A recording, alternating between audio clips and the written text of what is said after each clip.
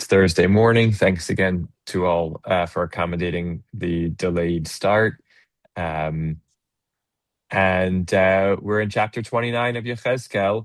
This is part of a four-chapter section on the prophecies against Egypt or about Egypt. We finished our three chapters in which we had prophecies pertaining to Tzor, that is Tyre, and Sidon, just north of Israel, two major port cities, and a lot of emphasis there on the seafaring might of the Tyrians and their both a kind of an appreciation of their tremendous trading power and the beauty of the vastness of their material resources, as well as a follow-up, a consequent critique of their haughtiness and believing that everything they had came from them.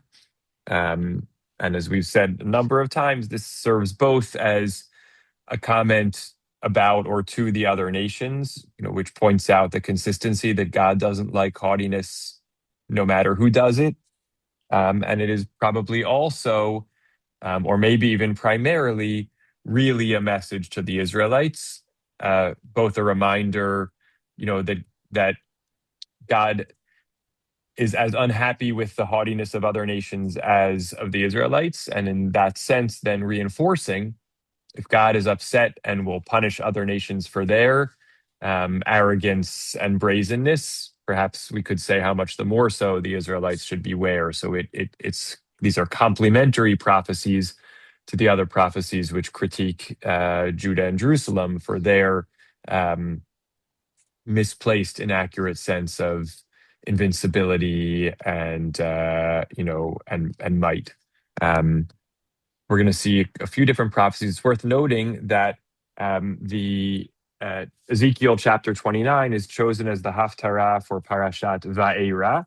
Parashat Va'era, the second of the Parshiot in the book of Shemot. And so that's where Moses' encounters with Pharaoh are, most pronounced and most sustained.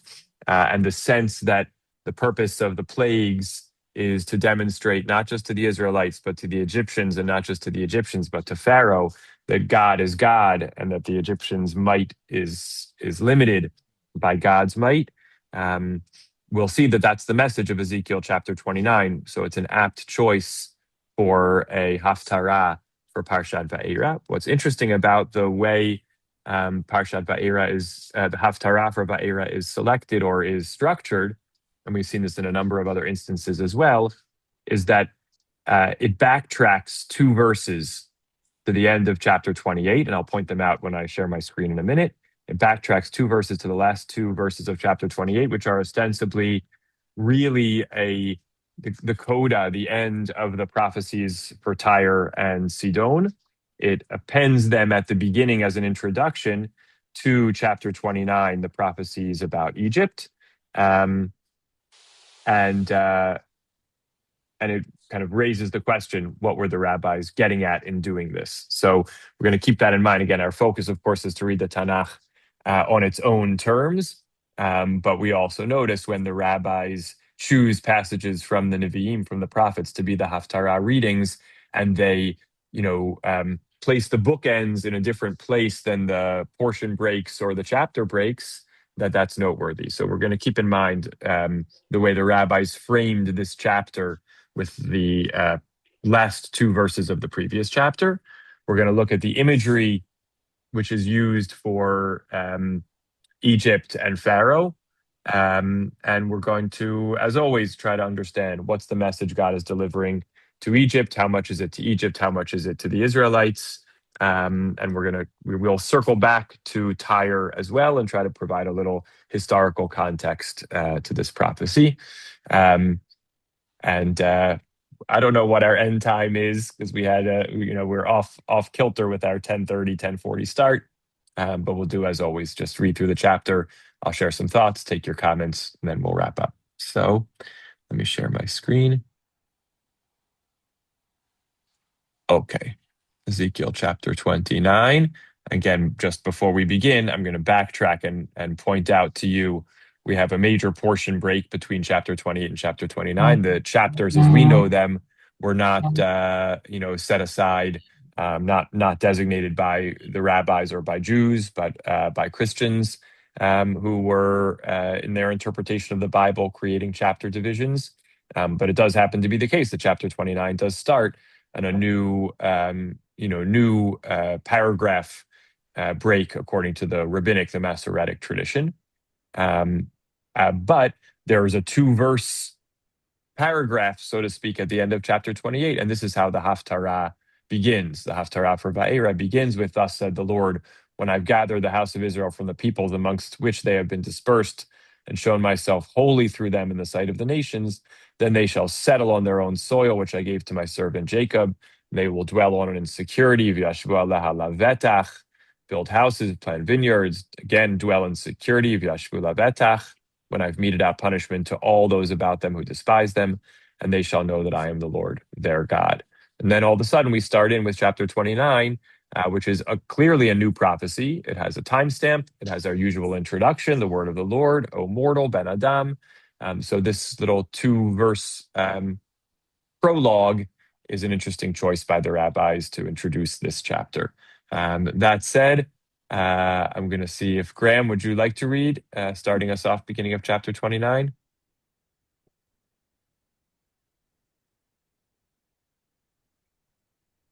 There. In the 10th year, on the 12th day of the 10th month, the word of the Lord came to me. O mortal, turn your face against Pharaoh, king of Egypt, and prophesy against him and all Egypt. Speak these words. Thus said the Lord God, I am going to deal with you, O Pharaoh, king of Egypt, mighty monster sprawling in your channels, who said, my Nile is my own. I made it for myself. I will put hooks in your jaws and make the fish of your channels cling to your scales. I will haul you up from your channels with all the fish of your channels clinging to your scales.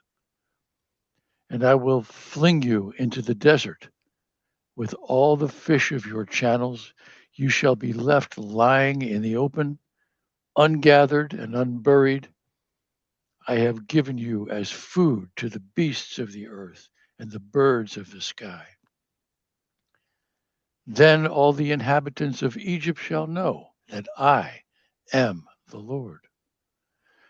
Because you were a staff of reed to the house of Israel, when they grasped you with the hand, you would splinter and wound all their shoulders, and when they leaned on you, you would break and make all their loins unsteady.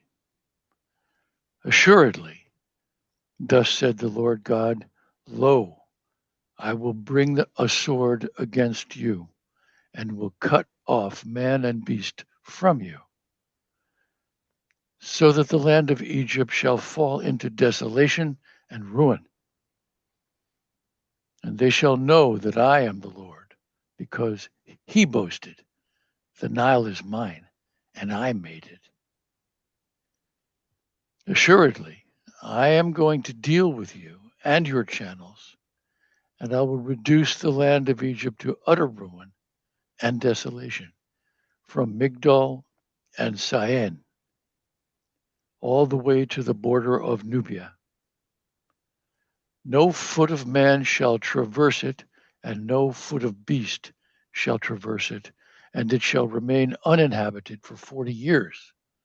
For 40 years, I will make the land of Egypt the most desolate of desolate lands, and its cities shall be the most desolate of ruined cities. And I will scatter the Egyptians among the nations and disperse them throughout the countries. Further, thus said the Lord God, after a period of 40 years, I will gather the Egyptians from the peoples among whom they were dispersed. I will restore the fortunes of the Egyptians and bring them back to the land of their origin, the land of Pathros. And there they shall be a lowly kingdom. It shall be the lowliest of all the kingdoms, and shall not lord it over the nations again. I will reduce the Egyptians so they shall have no dominion over the nations. Never again shall they be the trust of the house of Israel, recalling its guilt in having turned to them. And they shall know that I am the Lord God. In the 27th year, on the first day of the month, the word of the Lord came to me. O mortal, King Nebuchadnezzar of Babylon has made his army expend vast labor on Tyre. Every head is rubbed bald, and every shoulder scraped. But he and his army have had no return for the labor he expended on Tyre. Assuredly, thus said the Lord God, I will give the land of Egypt to Nebuchadnezzar, king of Babylon.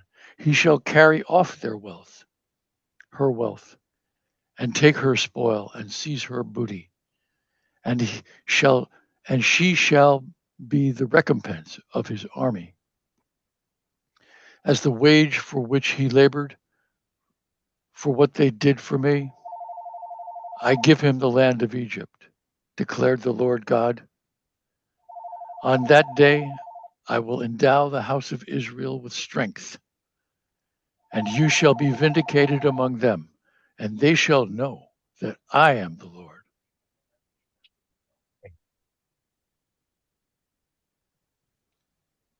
Great.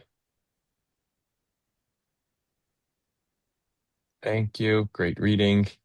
I got a little message on my computer I have to put away. There we go. Okay. Good. So we get a flavor for the chapter, not a very long chapter, and has two prophecies, the long one at the beginning and then the short one. And we have this in the first one, of course, the central image of Egypt or Pharaoh as like the mighty sea monster, and we see what is going to become of that sea monster. So it's clearly a description of the downfall of Egypt. Again, we have the key theme of you shall know that I am the Lord. We have this fascinating notion of the 40-year exile of Egypt and then its return. Um, and that the whole process of this has to do with, in some way, being a punishment for the Egyptians' treatment of Israel. And we have to try to understand more closely from the text what that is. And then we have a much later prophecy, as we'll see again when we read back carefully into the text. We have a second very brief prophecy, also about the downfall of Egypt. And then we circle back in the very last verse to the idea that all of this in some way is in service of the restoration of the Jewish people. And so, much, I would say, more than some of the other prophecies amongst the nations in other books of prophets, it's very clear that the kind of ultimate takeaway from each of these messages about other nations is the implications for Israel, that their enemies are ultimately going to have their comeuppance or their downfall, and that makes room for the restoration, the security, the renewed strengthening of the Israelites and their knowledge that the Lord is God, or God is the Lord. So that's the theme of this chapter. And let me point out some things in the text before we open up for comments. So again, now we can understand a little bit more, having read the last verse of the chapter, what these framing comments that the rabbis included when they made the Haftarah for Parashat Va'era. The idea that I'm going to gather in the house of Israel from which they have been dispersed, and they will settle on their soil and dwell securely. That's what opens up this chapter. Then we have the entire prophecy about Egypt, and strikingly, it almost ends with the ingathering of the Egyptian exile, um, and then the kind of second prophecy of the punishment of Egypt and giving up their land, and then we circle back around at the end of the chapter to giving the house of Israel again strength, and they will know that I am the Lord. So maybe the purpose of including those two verses from the end of chapter 28 here, and when the Haftarah for Va'era is chosen, is to create this sort of bookend structure, because chapter 29 ends with the strength and security of the house of Israel. We introduce the Haftarah with that same message. Now, certainly not a guaranteed explanation, because we have plenty of Haftarot that don't start with a positive message. They start with other negative messages and end with a message of hope. So it doesn't fully explain why that opening is there. I think it needs more reflection and thought. But our chapter 29, opens up the 10th year. This is generally counted from the reign of King Tzidkiyahu, the exile of King Yehoiachin, and that was in 597. So the 10th year puts us in the year 587. It's the time at which the Babylonian siege of Jerusalem has already began. The temple is to be destroyed in only about a year and a half's time. So it's a very, very vulnerable, profound moment for the remnants of Judah that are living in Judah and Jerusalem. And again, Yechezkel himself is speaking to the exiles from 10 years earlier, who are in whatever way aware of what's happening in Jerusalem, and his message comes to them. 10th year, so again, 587, 10th month, 12th day. It's wintertime. And the message is, Ben Adam, our usual introduction, O mortal, sim panecha, turn your face. Again, very similar, to many charges that Yechezkel gets, and especially the prophecies against the other nations. Where is he to turn his attention? Turn his attention against or towards Paro, king of Egypt. And again, prophecy against or about him and about all of Egypt, right? So we've had many prophecies, even remembering Tyre, we had a prophecy for the king and for the Nagid, the leader that might have also been the king. Here, it's for the leadership and for the entire nation. So against Paro and all of Egypt. And here's what you should say. So says the Lord God. While we're told that the message is Paro and all of Egypt, the direct address is to Paro. So say, I am going to deal with you, O Paro, right? Paro is the direct object of this prophecy, king of Egypt. Hatanim Hagadol, the mighty monster, the mighty sea monster. Harovetz betoch Ye'orav, sprawling in his or your channels. The one who said, Li Ye'ori va'ani asitini. My Nile, the Yaor, which is a generic name for rivers in the Torah, usually refers specifically to one particular river, and that is the Nile. So the Nile is my own, and I made it for myself. Okay, this is a quote. This is a purported quote of what Pharaoh has said.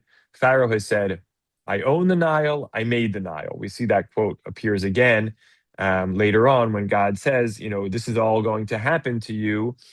Because, after speaking about Egypt generally, because Ya'an Amar, because Paro said, Yo'or li va'ani asiti, almost exact, asitini, asiti, the Nile is mine and I made it. So the central critique here is Paro's haughtiness, Paro's comparing himself to God, to say, I own the Nile, that's one thing, I own the Nile, and I made the Nile. That's obviously a much higher level of arrogant claim. It's one thing to say, I have ownership over something. It's another thing to say, I created that thing. And Paro makes both claims. Not only am I in charge of the Nile, do I own the Nile, but I made the Nile. And God's response to that is, just like with Tyre, we saw in the previous chapter, you say, that you're like a God, you made your heart like the heart of God. How godly will you feel when mere mortals come and slay you, right? So what puts a person who thinks that they're God in their place? Humiliation, attack, being killed. These are the things which can, disprove the claim of, self-deification. And here it is. So because you said that, says God, I will put hooks in your jaws, v'natati chachim bilachayayich. And it's jaws, or in the Hebrew, in modern Hebrew, lechayayim are cheeks, but it's the lower head around the mouth of a creature. And maybe, in Lechayim, we also hear Chayim, right? I'm going to put hooks into almost literally your life. Um, and all the fish of your channels are going to cling to your scales. And then I'm going to pull you out of the Nile River that you've been, crawling through. And all the fish are going to stick to you when you come out. And again, in the next verse, we'll explicate the metaphor in a moment. But you see that the clinging fish is mentioned every time. So when I fling you into the desert, also the fish of your channels are going to be flung with you. And once you are lying there in the desert, you'll be lying there, lo teasef velo tikabetz, ungathered in and unburied, and you will be given over to the beasts of the earth and to the fowl of the sky as food. Okay, so in these two verses, we get the rich description of the downfall of Egypt, of the humiliation of the self-proclaimed God that Paro is claiming, and the message is, I will show that you are nothing. I will cast you out of your environment. And along with you will go all the little things that surround you. That's presumably the rest of the leadership of Egypt, or maybe it's all the Egyptians, right? They're clinging to the Pharaoh.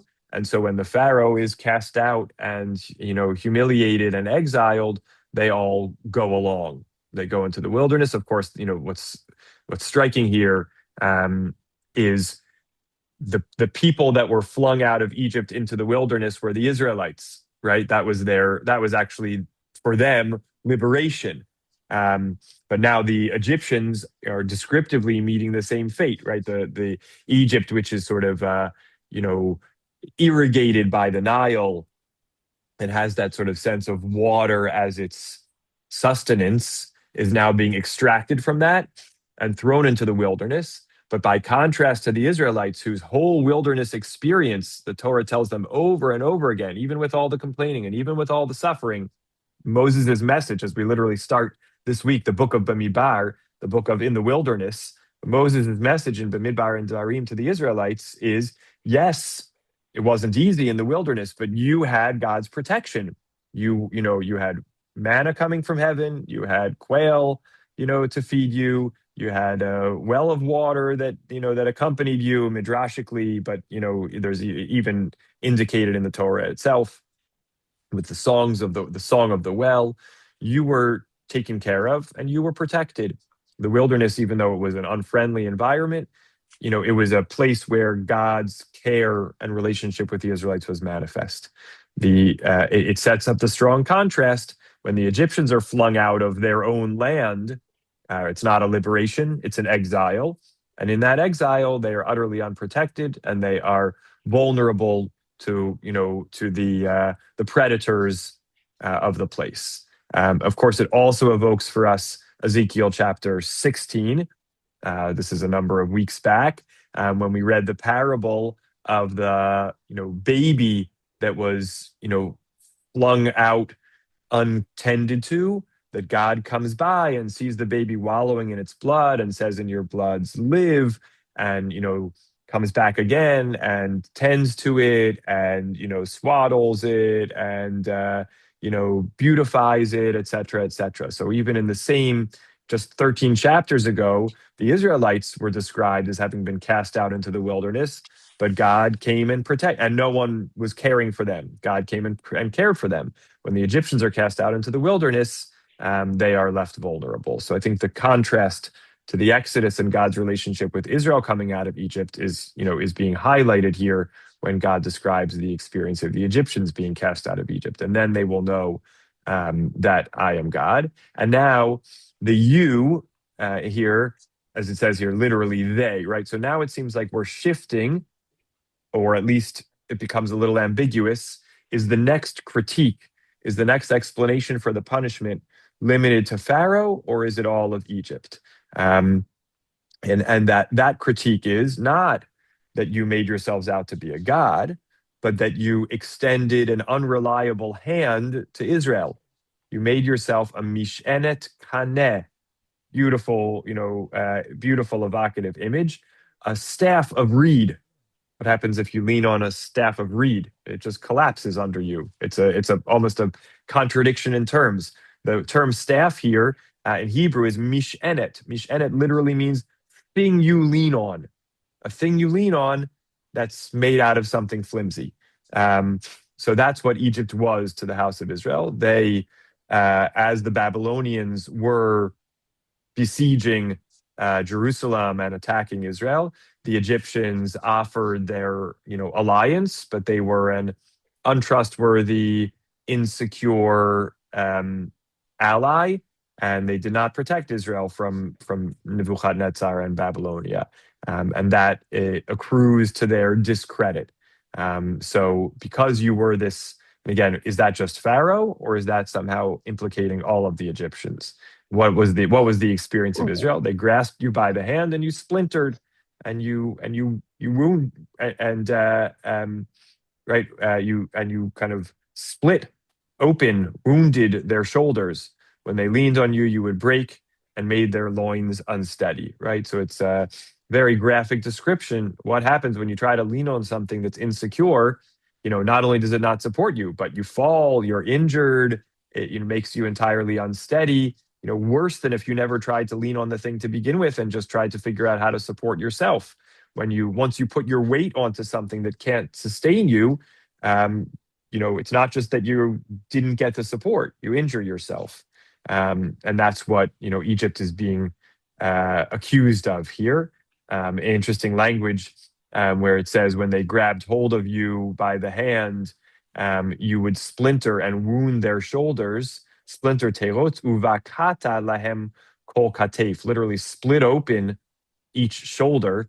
And the language of bakata is also the language of the splitting of the sea in the Yam Suf, which is also very interesting. Again, just these subtle associations to the contrast between the Israelites' experience exiting Egypt and now Egypt's false friendship to Israel and their punishment in the wilderness. And so says God, because of all this, I'm going to bring a sword against you, cut off man and beast. Egypt will fall into desolation and ruin, and they will know that I am the Lord, because Pharaoh said, the Nile is mine and I made it, right? So we have Pharaoh's claim, then we have Egypt's unfaithful allyship to Israel or alliance with Israel, and then we circle back to Pharaoh's claim in a way to say everything stems from, wrongful arrogance and inappropriate self-aggrandization, right? Egypt probably believed it could be an effective ally to Israel because it had an inflated sense of its own strength. And so that's the root cause of all of the problems. Good. Just a few more comments, then happy to open it up. So, therefore, God says, I'm going to deal with you and your channels. We again keep repeating Yo'orecha, channels, also a reference to the Nile. I'll reduce the land of Egypt to utter ruin and desolation. From Migdol, that's one border, to Sivene, Sayin, that might be modern day the Aswan Dam, might be from Sivene, Swan, Sayin, all the way to the border of Nubia. It will remain uninhabited for 40 years, right? So not only Egypt is cast out into the wilderness, Egypt is left desolate. It becomes the most desolate as the Egyptians are scattered. And that's kind of, we have a paragraph break, sort of full stop. That's going to be the fate of Egypt. And then second part B of prophecy number 1, God then also says, after 40 years, I will gather the Egyptians from the peoples among whom they were dispersed. Miketz arba'im shana, at the end of 40 years. same language used for the Egyptians' departure, exodus from Egypt. Miketz at the end of 400, or in another text, 430 years.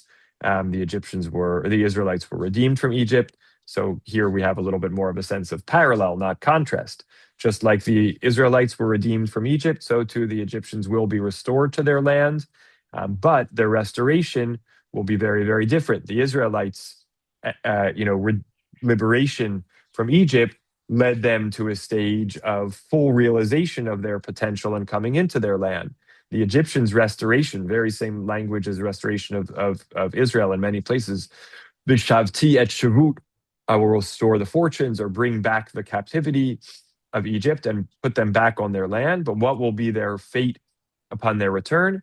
Vayusham mamlacha shefala. They will be a lowly kingdom. Shafel is the opposite of rum, of elevated, haughty, etc. They're going to be degraded, a lowly kingdom. Lowliest of all the kingdoms. They will, again, another opposite of Shafel is Nisa, lifted up. Lo titnaseh od al hagoyim. They will no longer be able to lord themselves over other nations. And I will vihim atatim. I will make them ma'at. I will reduce them, and they will not be able to have control over other nations. And then again, zeroing. So that's the broader, and now zeroing back in on the implications for Israel. They will never again be the trust of the house of Israel. They will know that I am the Lord God. Okay, so that's the major prophecy. Pharaoh is the mighty sea monster.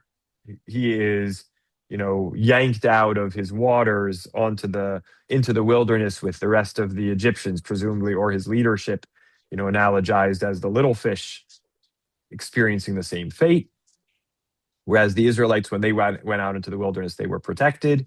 Egypt is unprotected. Egypt is vulnerable. However, they will be returned, but they will be returned in a reduced and lowly state. And now we have the brief second prophecy. Nebuchadnezzar of Babylon spent a lot of effort on Tyre, but had no return, right? They were sort of distracted by trying to conquer Tzor, but they didn't. But they will conquer Egypt, right? So this sort of brings together the prophecies of Tyre with the prophecies of Egypt by saying, for everything that I prophesied about what's going to happen to Tyre, Babylonia will never quite get the better of them, but they will get the better of Egypt. They'll carry off her wealth, seize her spoil, and take her spoil and seize her booty. And for all that Babylonia did as my agent, so to speak, they're my messenger, I will give them the land of Egypt. And then again, we end, on that day, I will endow the house of Israel with strength. You shall be vindicated amongst them, and they will know that I am the Lord. Probably 3-4 repetitions of that phrase, you will know that I am the Lord. I just want to read a couple of brief excerpts from the Koren Magid Press book on Ezekiel, which is by Dr. Tova Ganzel. She makes a couple of, I think, important points just to round out our analysis of the chapter and then open it up. First of all, on the metaphor of the crocodile, she says, the king of Egypt is compared to a crocodile that is captured by God and his Nile dried up. This description engages in a covert polemic against the ancient Egyptian belief in the crocodile as one of the major gods in the Egyptian pantheon. Extra biblical sources speak of crocodile worship in Egypt, including sanctifying it during its life and embalming and burying it in special cemeteries after its death, right? So when we say, you're going to be cast out and you're not going to be gathered in or buried, right? That's, an extra level of, of critique and punishment, because the crocodile was often, buried in an honorable ceremony. These sources also, she continues, paint a picture of the king of Egypt as a crocodile ruling over the rivers of Egypt, as the God who created the rivers and even as having created himself. Thus, Ezekiel combines the crocodile, who is part of the Egyptian natural environment, with the crocodile as a mythological creature. So that's one point, just appreciating, it's not a random choice. The crocodile, or the mighty sea monster, was a prominent sort of figure in Egypt, and that context is important. And then just a couple of things about the specific prophecies and their historical context. So the first of the two prophecies, which we dated again to the 10th year of Tzidkiyahu's reign, or from Jehoiachin's exile in 597. So she writes, this means it came at the beginning of the year 587. a year after the beginning of the siege of Jerusalem and about a year prior to the destruction. Some scholars connect the date of this prophecy to Jeremiah 37:5. The army of Pharaoh had set out from Egypt. And when the Babylonians who were beseeching Jerusalem heard the report, they raised the siege of Jerusalem, meaning lifted it briefly. If so, she writes, then Ezekiel, like Jeremiah, was speaking out against relying on Egyptian power, even though the Egyptian intervention did lead to the removal of the Babylonian siege on the city, at least briefly. Right? It is the case that for a brief time, the Egyptian, march towards the city led the Babylonians to release their siege on Jerusalem, but they ultimately concluded it. So Egypt, maybe it's even worse, gave the impression, had the pretense or the promise of actually overcoming Babylonia, but they didn't succeed, making them an even kind of more, complex and misleading potential partner or protector for the Judeans. Nevertheless, she goes on to say, Ezekiel does not explicitly mention Nebuchadnezzar, king of Babylon, as the figure who will punish Egypt for its intervention in Judah during the years of the siege on Jerusalem. And indeed, Egypt was not ultimately conquered by the Babylonians, right? So we have some confusion about that. It says that Egypt is going to be totally conquered, but it doesn't seem to, in fact, exactly happen.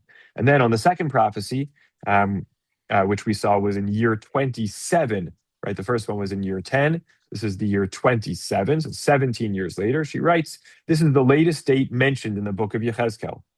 The content of this prophecy is rather unusual. Egypt will, here it says, Egypt will be given into the hand of the king of Babylon as a recompense for Tyre not having fallen into his hands. While the might of Tyre is described at length, we have seen that the prophecy concerning Egypt annuls to some extent Ezekiel's previous prophecy of punishment to Tyre, where he foretold that it would fall to the Babylonians, right? Our previous chapters about Tyre said that it would fall to the hands of the Babylonians. Here it seems like because it didn't totally, then the Babylonians will actually be able to conquer Egypt sort of instead. Indeed, according to historical records, the Babylonian siege on Tyre continued for 13 years, 585 to 572 BCE, and concluded without a conquest by Nebuchadnezzar, such that in effect there was no clear outcome. However, even this alternative prophecy presents a problem. According to the historical records, Ezekiel's prophecy was not realized. Babylon never actually conquered Egypt. Egypt was conquered for the first time only in the year 525 by Cambyses, king of Persia. So we always have that question: what do we make of a prophecy that foretells, that Egypt is going to fall to Babylonia, or Egypt is going to be conquered, and it never fully happens? Okay, that's a question that's hard to answer. But in any event, we see here the two prophecies towards Egypt, their historical contexts, and the message of the imagery of the crocodile as sort of the great power. And again, the key critique here being the critique of self-aggrandizement, self-deification, which was important for Egypt to learn the lesson and for Israel to learn the lesson. Questions, comments, and thoughts? Estelle, we're going to start with you. Go ahead and unmute yourself because we don't hear you yet. Press unmute if you can.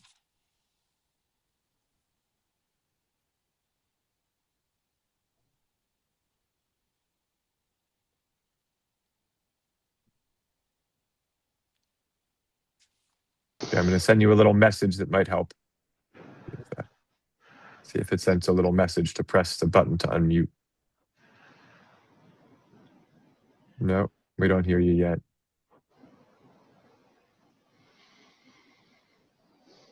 Not yet. Sorry, Estelle. Estelle.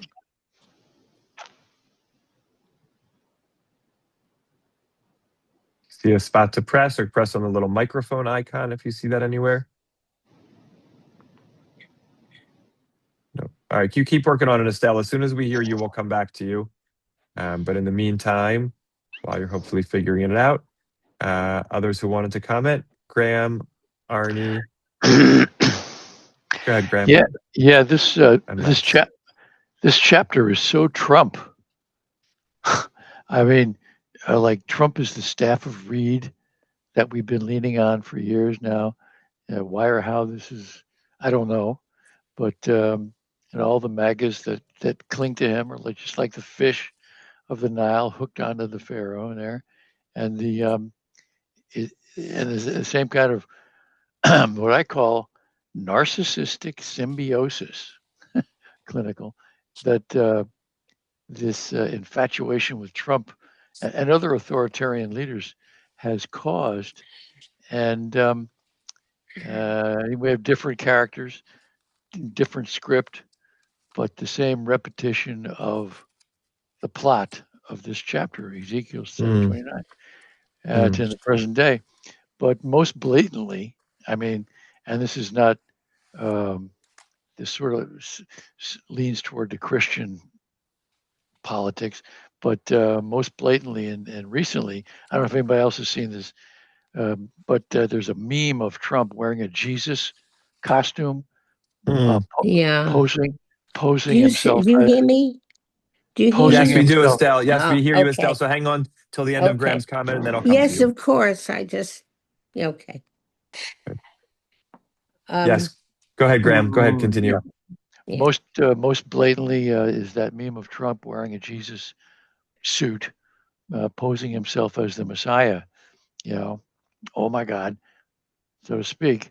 But and Trump is the perfect crocodile in one way, and of course, from another, humorously speaking, he's also, from another point of view, the perfect crock of something else. Um, and so we're so setting ourselves up by letting this guy lead. It's almost a direct lift from Ezekiel 29. So time to wake up, people. Um, You it's know, interesting. I generally refrain from politics, so I would just let your comments sit. Um, and you know, we all have many thoughts on this topic, so I Yeah. totally acknowledge that. Yeah, Yeah, Estelle, go what? ahead. Am I not? Oh, okay. You hear me? We hear you. You're All good. right. No, what I wanted to say, I find very interesting, is that these predictions or comments by Ezekiel tend to put him aside as just non understandable and not believable, because I mean he talks about how Egypt was punished by God, etc., etc., but Egypt never left their country. It was always a country, whereas Israel, supposedly protected by God, had to kill and die and suffer Mm. in just exile in order to even get its land. So where is the protection of God? Why didn't God give, say, Israel the land and put Egypt out to pasture? I mean, When? what is At this? what stage? At what stage, At Estelle? What any stage of history? stage, and even today. I mean, So bringing it even up. 'cause my I, understanding of this chapter is that this is precisely what you're saying didn't happen is precisely what happened twice in history. In Egyptian slavery, the Egyptians were plagued and the Israelites were freed. And then but here in the moment of the fall of around the time of the destruction of the first temple, rather, we're being told that but Egypt will get its Egypt comeuppance and Israel will be restored. But Egypt never got its comeuppance. Egypt has always had its country. Nobody has ever questioned Egypt that it's in the wrong place or that it doesn't deserve it or Hmm. anything.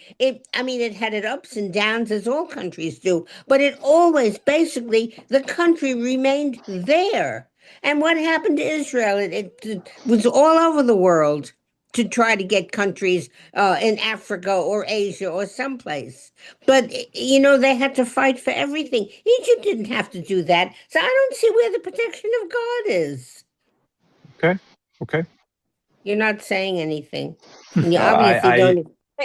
What can you say? I just think I see the story as more complex, meaning I agree with you that the periods of exile for the Jews from their land have been much more vast, many orders of magnitude more. And I agree with you that the questioning of the Jewish claim to a historic relationship with the land of Israel has been much more challenged. I agree with all those things 100%. But So and it stands, and it's also acknowledging that Egypt has had its punishments and has had its challenges. yes, but what I am protesting is the great magnitude that we've given to Ezekiel, and I don't think he did anything. I don't. I mean, everything that he has written and said has not come to pass.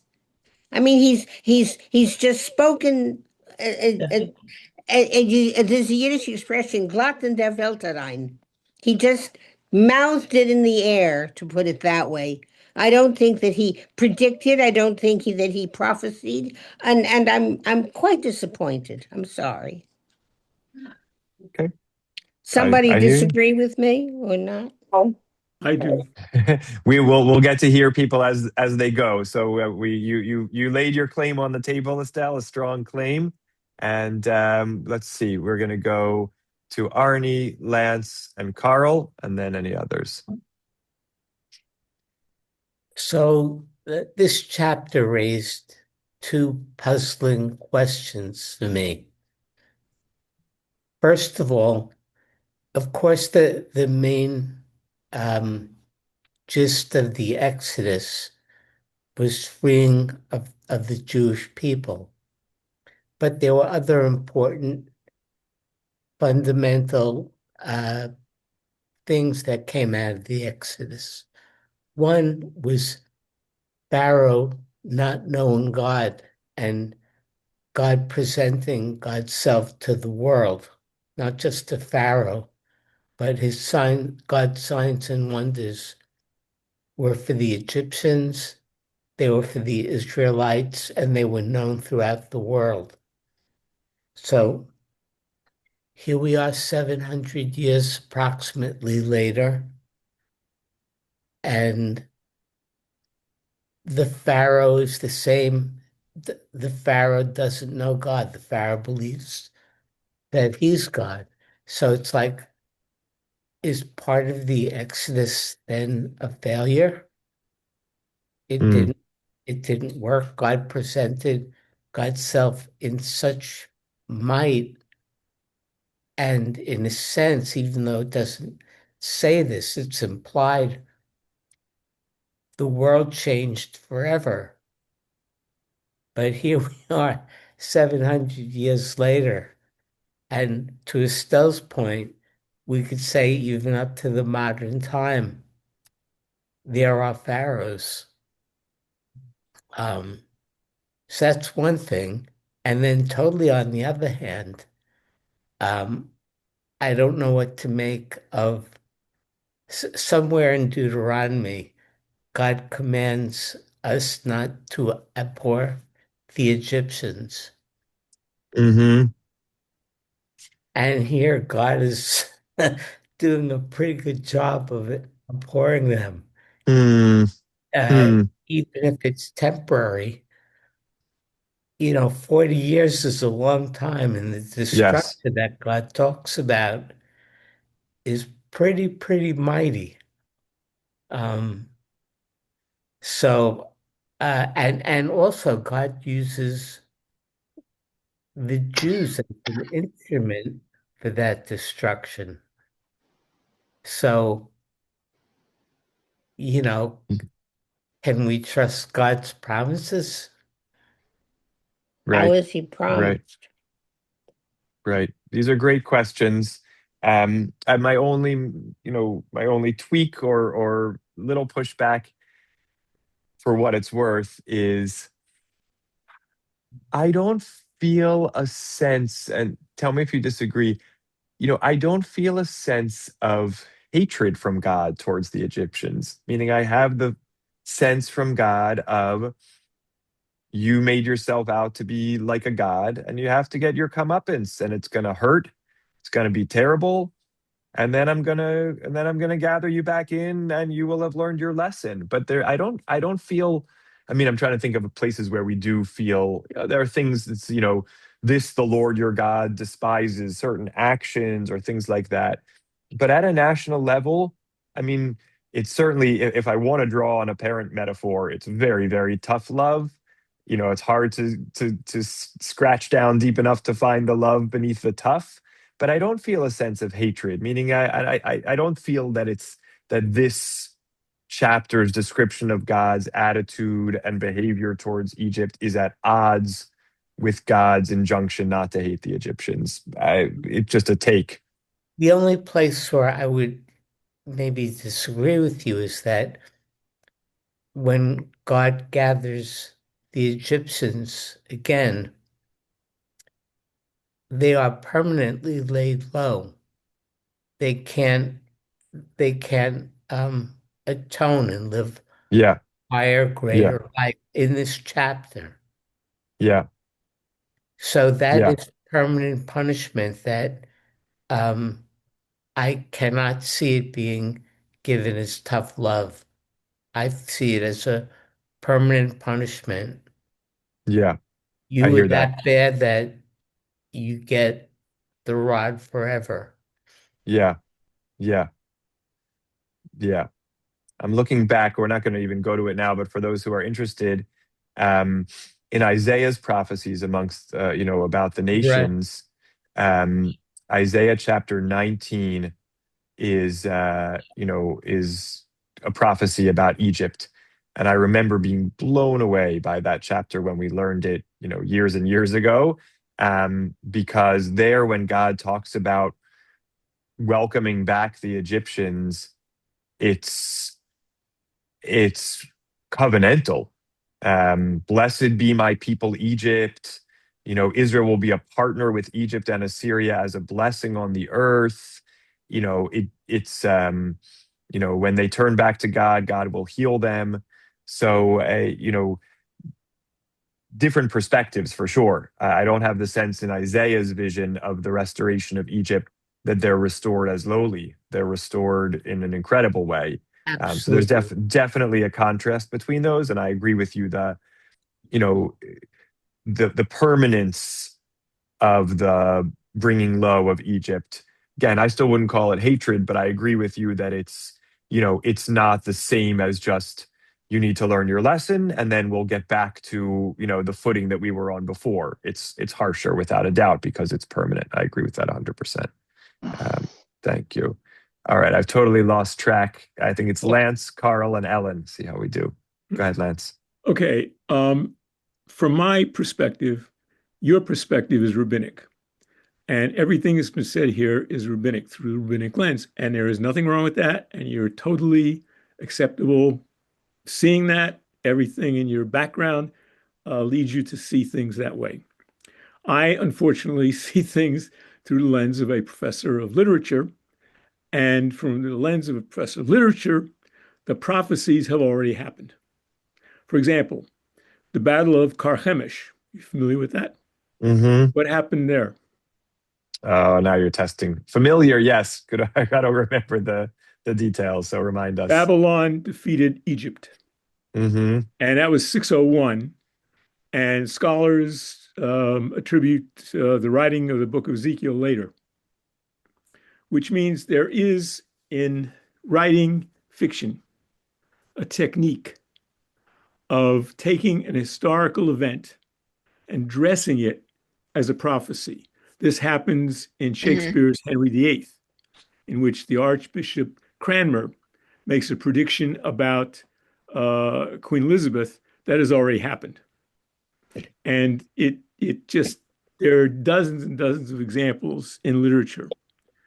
And I think that what we're talking about here is an anthropomorphic theophany, and we're talking about fiction.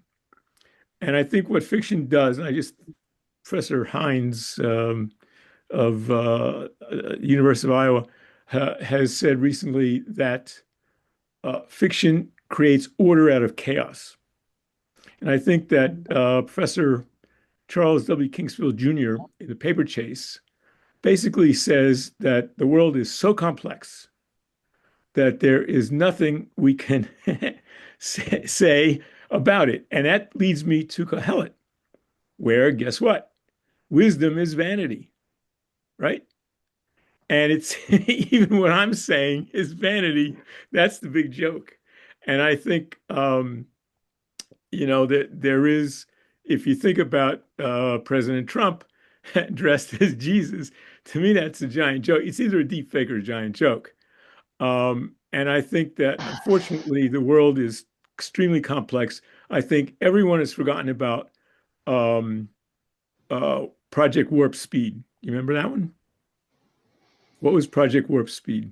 I don't Project remember. Warp Speed was President Trump's um, project of creating a virus, creating an antidote, a vaccine for COVID.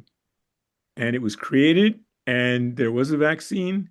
And I think thousands, maybe millions of lives were saved because of it, despite what RFK might say. And I think that that's why there's so many things that go on. I would suggest that Israel stands with Bibi, and Bibi says we defend ourselves. And that's what we have to do here in the United States. And I think YOZ is working on security for the synagogue, and I hope that HIR is going to do the same thing. Are you? Thank you. Work on security for our synagogue? Yes. We are always working on security for our synagogue. Great. Yes. Yes. Thank you. Thank you. Carl.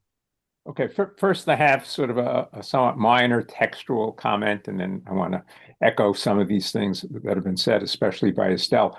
Again, I'm not sure, my Hebrew is not strong enough to check this, but it seems to me the reference to channels is to the irrigation system that they had developed to make sure they were able to get the water from the Nile to extend the floodplain and do more agriculture. And that certainly required a state effort, not just individual farmers. And so that was something that Pharaoh could, in fact, have taken credit for and then extended not just the channels, but the whole Nile River. So just I don't know if that works as well in the Hebrew as it does in the English, but I think that would be one way of looking at it. Second comment, again, has to do with all these other comments, but I'd like to be a little bit more specific in terms of the truthfulness or the fact that prophecies don't come true. We see actually Ezekiel is dealing with that, right? He has to give his second prophecy 17 years later because nothing happened. But what Ezekiel, the rabbi, that was one of the books the rabbis debated about whether it should get into the canon or not. True. While they were debating this, which was after the destruction, and which, of course, Egypt contributed to. I think they contributed soldiers and certainly generals to the first destruction of the temple. I just read that the chief of staff to Titus was a Jew from Egypt. They may not have been aware of the details of 600 years of history between Ezekiel and when they lived after the destruction. But the recent history would have shown Egypt was the most important colony of Rome. It was part of the Roman Empire, but it was second in importance to Rome. And they were debating whether Ezekiel should be in the canon. I just was wondering, is there any rabbinical comment as that being one of the criteria that they were debating? Interesting. To the best of my recollection, and I certainly don't have it all at my fingertips, but the primary points around the canon, the way the Talmud talks about it around the question, the canonization of Ezekiel, has to do with legal discrepancies, laws that Ezekiel quotes that aren't the same as the versions in Vayikra or Devarim, measurements of the temple that don't seem to match, that kind of stuff. But I imagine there must be more commentaries and explanations about what might be going on there that could include this. I think it's a great question. As to the question of the channels as irrigation channels, is interesting. The Hebrew term is Yor, which is the same as the term of Nile, but because it's sort of in plural, it opens it up to these other translations. And I don't know whether it more likely means tributaries of the Nile that were naturally occurring, or whether it refers to something like irrigation channels. I'm just quickly looking at, we're now into the chapters in which I have a volume of the Anchor Bible commentary, and I'm just looking quickly there to see if it says anything about this. Hold on.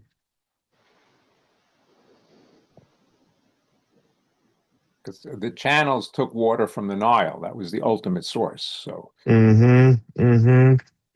Here he says, right, okay, he translates Rav, plural of Yaor, the Hebrew form of the Egyptian, whatever the word is there, Great River Nile, the plural apparently denoting the many branches and canals of the delta.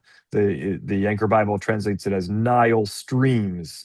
The Egyptians called each of the major delta branches a Nile.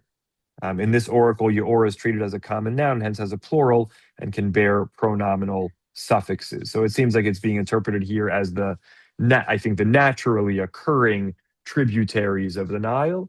But I like your suggestion as well. It's a charitable reading for Pharaoh. That these are things that he, part of the public works that he might have done. So I like that as well. Yeah, great, and yeah, bears more study. What are the range of takes on why Ezekiel might have been controversial and whether this could have been a piece of it. So thank you. Ellen, it looks like the last word for today. I don't know. I have a lot of trouble. I think what Ezekiel has finally proven is that he wasn't a prophet.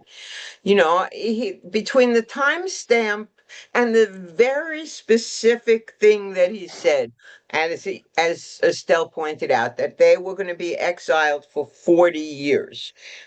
You don't get a do-over 17 years later. I mean, a prophet doesn't get a do-over.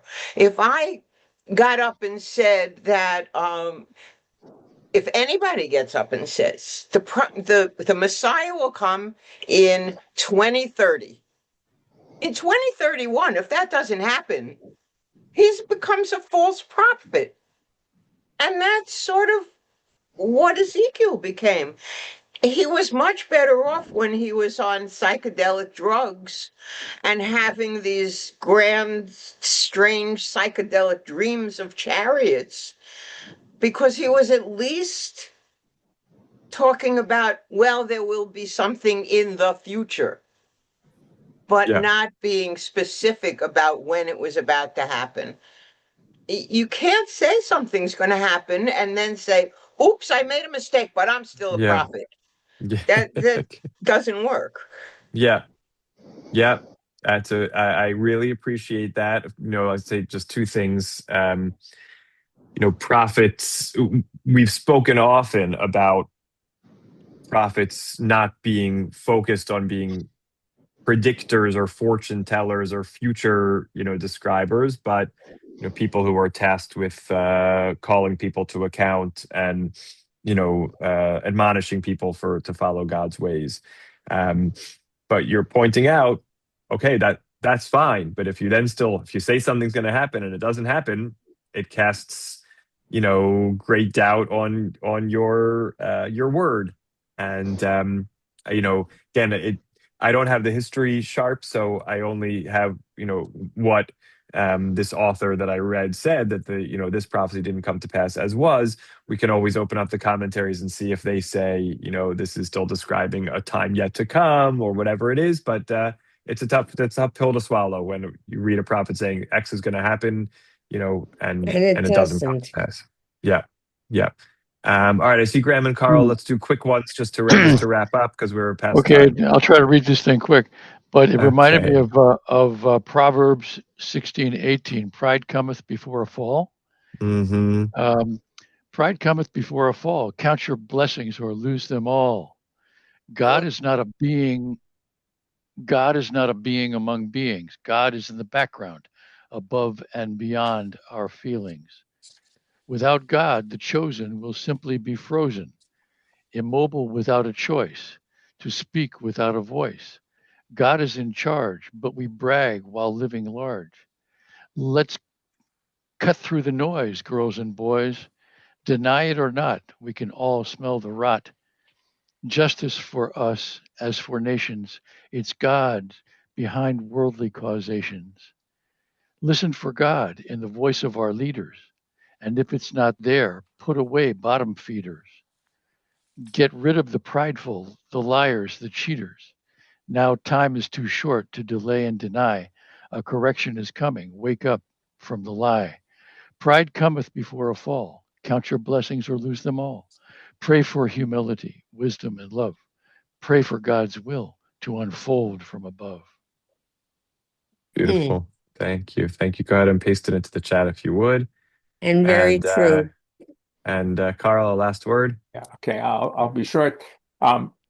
This is certainly not an answer to any of the things we've been discussing about the truth of prophecy.